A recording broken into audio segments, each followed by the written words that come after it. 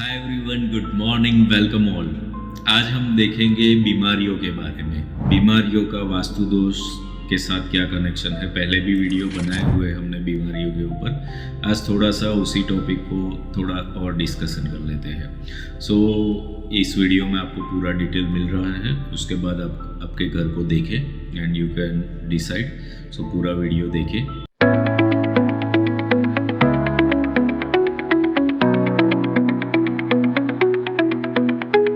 इस चैनल पर हम लामा-फेरा, वास्तु, ज्योतिष और अन्य पवित्र आध्यात्मिक विधाओं से जुड़ी अपनी अनुभूतियां और ज्ञान साझा करते हैं। यह सभी जानकारी केवल शैक्षणिक एवं आध्यात्मिक उद्देश्यों के लिए दी जा रही है। यदि आप इसे अपने जीवन में अपनाना चाहते हैं तो कृपया पहले संपूर्ण प्रशिक्षण और उचित मार्गदर्शन के साथ इसे सीखें। हम कभी भी चिकित्सकीय, मानसिक, कानूनी या वित्तीय सलाह को बंद करने की अनुशंसा नहीं करते। यह उपचार पद्धतियां केवल पूरक साधन है, मुख्य उपचार का विकल्प नहीं। हर व्यक्ति के अनुभव और परिणाम भिन्न हो सकते हैं। यह उनके कर्म, ऊर्जा और आंतरिक ग्रहणशीलता पर निर्भर करता है। हम किसी प्रकार की अंधश्रद्धा का प्रचार नहीं करते।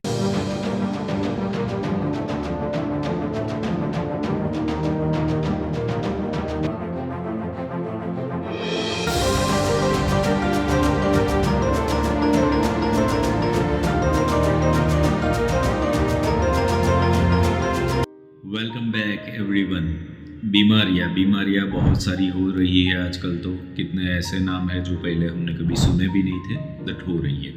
तो बीमारियों की जड़ क्या है वो चीज़ समझो। बीमारियों का हमारे लाइफ में आने का सिस्टम क्या है वो समझो। सिस्टम क्या है कि सबसे पहले कोई भी चीज़ अच्छी हो या बुरी, सबसे पहले एंटर होती है आपके ऑरा के अंदर।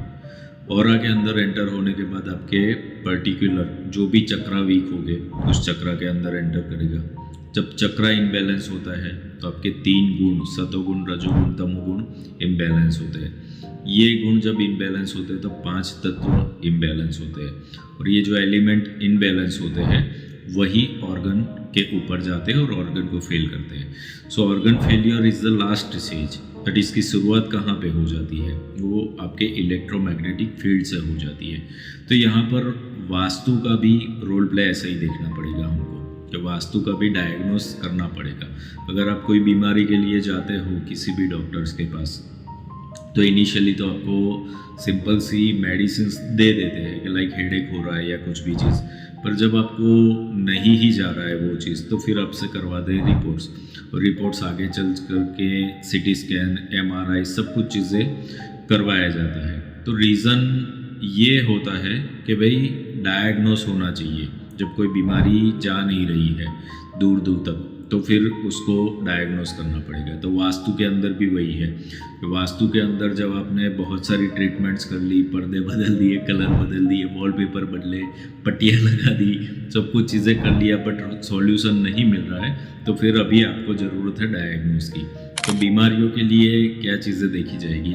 ज़्यादातर लोगों की गलती ये है कि देखते हैं सिर्फ एंट्री, और एंट्री को देख करके पूरे घर को बता देते कि ऐसा होगा। ऐसे नहीं होता।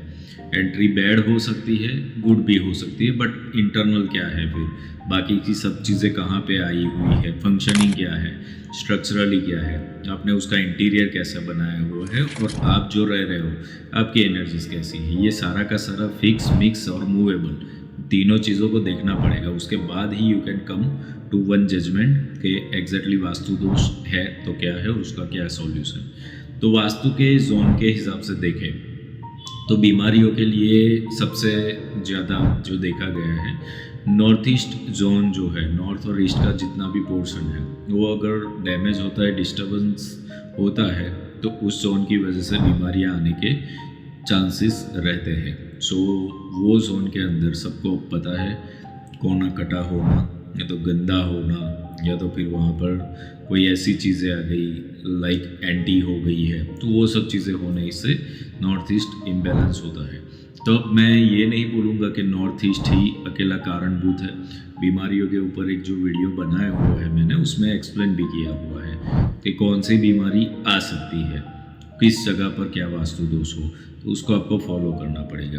तो ये वीडियो उन लोगों के लिए है कि जिनको कंटिन्यूस बीमारियां आती ही रहती है, बीमारियां उसके घर में चालू की चालू ही रहती है, तब आपको ये वास्तु दोष है और वास्तु दोष के ऊपर काम करने की ज़रूरत है। अदरवाइज़ नॉर्मल कभी हो रहा है कि 6-8 महीने में एक आध बार कोई बीमार पड़ रहा है, या कभी कभार हो रहा है, तो फिर वो वास्तु दोष नहीं, कुछ चीज़ें हमारे खुद के दोष होते हैं जो कि लाइफस्टाइल इश्यूज़ की वजह से होते हैं। तो कंटिन्यूस चल रहा है, किसी का घर ही हॉस्पिटल बन चुका है ऑलरेडी, तब फिर आपको इसके ऊपर काम करना पड़ेगा। तो उसके लिए क्या क्या चीज़ें देखनी पड़ेगी, आपको स्ट्रक्चर तो देखना ही पड़ेगा, दैट इज़ वन थिंग। उसके बाद एलिमेंट इम्बैलेंस हुए कि नहीं हुए हैं ये चेक करना पड़ेगा। और थर्ड पार्ट आपको देखना पड़ेगा कि एनर्जीज कैसी है वहाँ पर।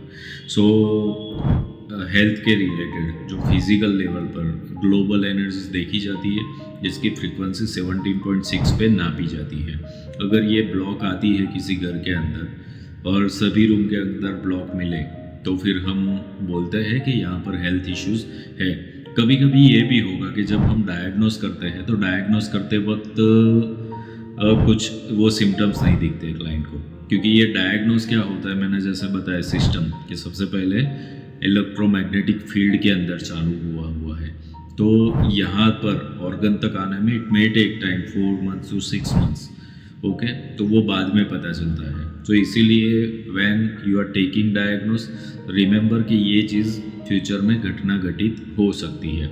इट्स लाइक कि आप रेगुलर जंक फूड खा रहे हो, ओके, हेल्दी डाइट नहीं ले रहे हो, एक्सरसाइज, तो एक सिंपल प्रेडिक्शन है ना कि आप मोटे होने वाले हो, आपकी हेल्थ बिगड़ने वाली है, दैट्स इट। तो ये सब चीज़ों का भी ऐसा ही है कि अभी नहीं हो रहा है बट एनर्जी में डिस्टर्बेंस आ गया है, दैट मीन्स वो फ्यूचर में होने के चांसेस है। So take it seriously. कोई भी डायग्नोस के बाद जो भी सिम्टम्स बताए जाते हैं, तो दिस इज़ फर्स्ट पार्ट, आपको चेक करना पड़ेगा और उसके बाद ट्रीटमेंट मेथड होगा। अब हेल्थ के ऊपर या कोई भी चीज़ के ऊपर काम होगा लामा फेरा के थ्रू। लामा फेरा vastu healing is most powerful and fastest. और दूसरी बात ये होती है कि इसके अंदर इनिशियल लेवल पर आपको बहुत ज़्यादा एक्सपेंसिव उसमें नहीं जाना है। इनिशियल लेवल पर सिर्फ और सिर्फ इसके हीलिंग के थ्रू आप जाइए, और उसके बाद जब आपका थोड़ा सा स्टेबल हो जाए लाइफ, उसके बाद you can go for heavy things जब आपको करना है। और सबसे पहला तो बात वही है कि जो लोग नया बना रहे हैं वो तो वास्तु के नॉर्म्स के ऊपर जितना भी पॉसिबल हो ट्राई करो। अब जो लोगों का बन गया है, नहीं है कोई ऑप्शन, तो वहाँ पर फिर ये सब चीज़ें आपको करनी पड़ेगी। So this is all about it. See you all in the next video. Divine blessings to all of you.